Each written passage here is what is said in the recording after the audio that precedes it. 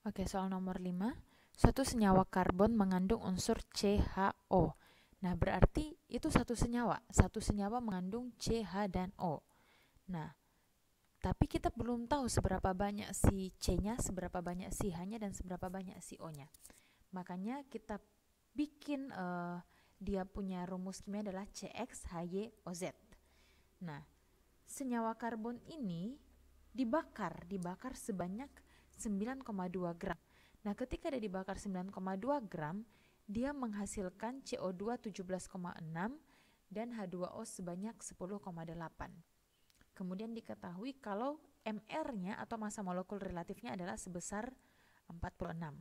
Kemudian dia tanyakan apa sebenarnya rumus molekul atau rumus kimia dari CXHYOZ ini. Nah, sebenarnya ada dua cara untuk menentukan ini begitu ya. Tapi cara yang satu kenapa nggak saya ajarkan, karena kamu harus tahu bagaimana cara mencari persenan massa.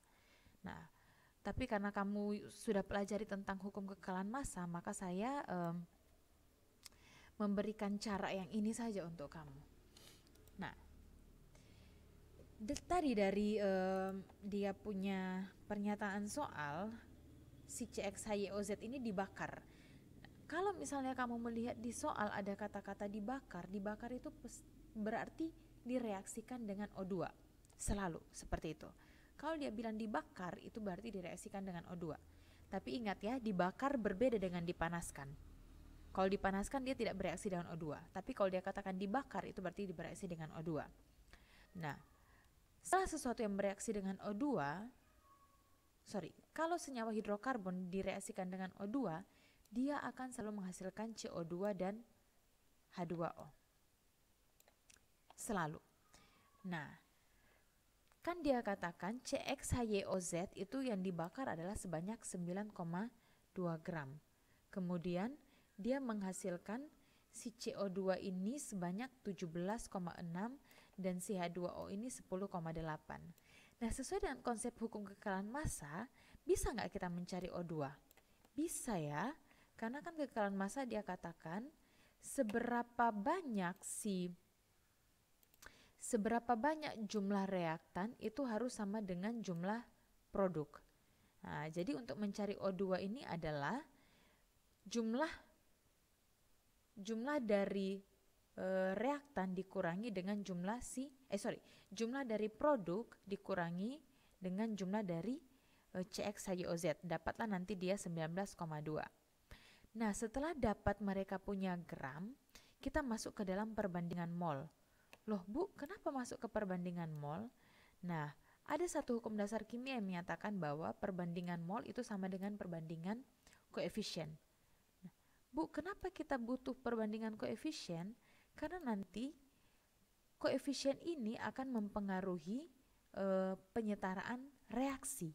Dan dari penyetaraan reaksi kita bisa mendapatkan dia punya indeks atau punya jumlah dari C, H, dan O. Oke, kita kembali lagi ke sini. Jadi kita harus membandingkan dia punya mol. Bagaimana cara mencari molnya? Ya karena yang diketahui adalah massa, maka hubungan massa dengan mol adalah N sama dengan gram per mR. Nah, mR dari CXHYOZ tadi sudah diketahui itu sebesar 46 mR-nya. Jadi masanya 9,2 dibagi dengan 46. O2 19,2 dibagikan dengan 32. O AR-nya 16. Karena dia ada 2, maka MR-nya adalah 32. Kemudian CO2 dia masanya 17,6 dibagi dengan MR-nya 44. Demikian pula si H2O. Kemudian kita dapatkan hasilnya 0,2 banding 0,6 banding 0,4 banding 0,6. Nah, perbandingan koefisien itu harus bilangan bulat dan sederhana.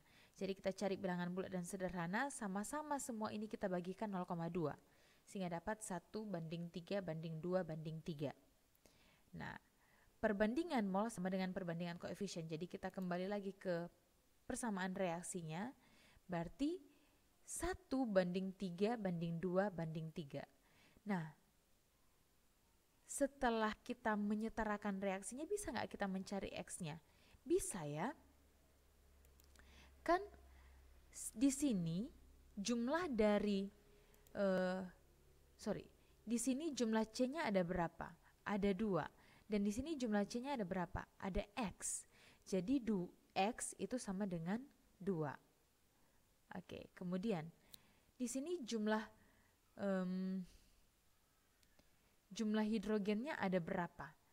Ada 3 tambah 4, 7. Di sini ada berapa? Udah ada 6 ditambah Z. Berarti Z-nya ada berapa? Ada 1. Kemudian H. Di sini hanya ada berapa? 3 kali 2, 6. Di sini hanya berapa? Y. Berarti Y sama dengan 6. Sehingga kita dapatkan rumus molekulnya adalah C2H6O.